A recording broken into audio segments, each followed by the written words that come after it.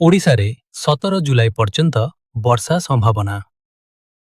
IMD ଅନୁସାରେ ରାଜ୍ୟର ଅନେକ ଜିଲ୍ଲାରେ ଭାରୀ ବର୍ଷାର ସମ୍ଭାବନା ରହିଛି। ଆମ୍ବୁଲାନ୍ସ ଦୁର୍ଘଟଣାରେ 3 ଜଣ ଗୁରୁତର। ଏକ ରୋଗୀଙ୍କୁ ନେଇଯାଉଥିବା ଆମ୍ବୁଲାନ୍ସ ଡିଭାଇଡରକୁ ଧକ୍କା ଦେଇ ଓଲଟି ପଡ଼ିଥିବାରୁ 3 ଜଣ ଗୁରୁତର ଆହତ। ଗଞ୍ଜାମରେ ଭାଇରାଲ ନିର୍ଯାତନା ଭିଡିଓ ପରେ ଗିରଫ। ସୋସିଆଲ ମିଡିଆରେ ଭାଇରାଲ ହୋଇଥିବା ନିର୍ଯାତନା ଭିଡିଓକୁ ନେଇ ପୋଲିସ ଜଣେ ଅଭିଯୁକ୍ତଙ୍କୁ ଗିରଫ କରିଛି ଏବଂ ଅନ୍ୟମାନଙ୍କୁ ଖୋଜୁଛି। ଗଞ୍ଜାମ ଚାଷୀଙ୍କ କଳା ଚାଉଳ ଶିକାଗୋକୁ ରପ୍ତାନି।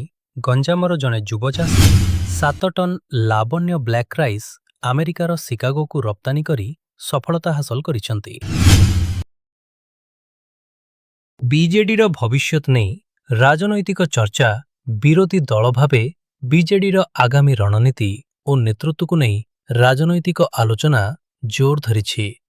ଓଡ଼ିଶାରେ ଟିଟି ମୁକ୍ତ ଅଭିଯାନ ଜୋରଦାର। ରାଜ୍ୟରେ 5 ଲକ୍ଷରୁ ଅଧିକ ଲୋକଙ୍କର ସ୍କ୍ରିନିଂ କରାଯାଇଛି। ଓଡ଼ିଶାରେ ସଡ଼କ ଦୁର୍ଘଟଣା। ଚିନ୍ତାଜନକ ସଡ଼କ ଦୁର୍ଘଟଣାରେ ପ୍ରତି 100 ଦୁର୍ଘଟଣାକୁ 49ରୁ ଅଧିକ ମୃତ୍ୟୁହାର ରେକର୍ଡ ହୋଇଛି, ଯାହା ଜାତୀୟ ହାରଠାରୁ ଅଧିକ। ଓଡ଼ିଶାରେ 12,000 କୋଟି ଟଙ୍କାର ନୂଆ ନିବେଶ ପ୍ରସ୍ତାବ। ଏକ ବଡ଼ ଆଲୁମିନା ରିଫାଇନେରୀ ବିସ୍ତାର ପାଇଁ 12,000 କୋଟି ଟଙ୍କା ନିବେଶ ପ୍ରସ୍ତାବ ଆସିଛି।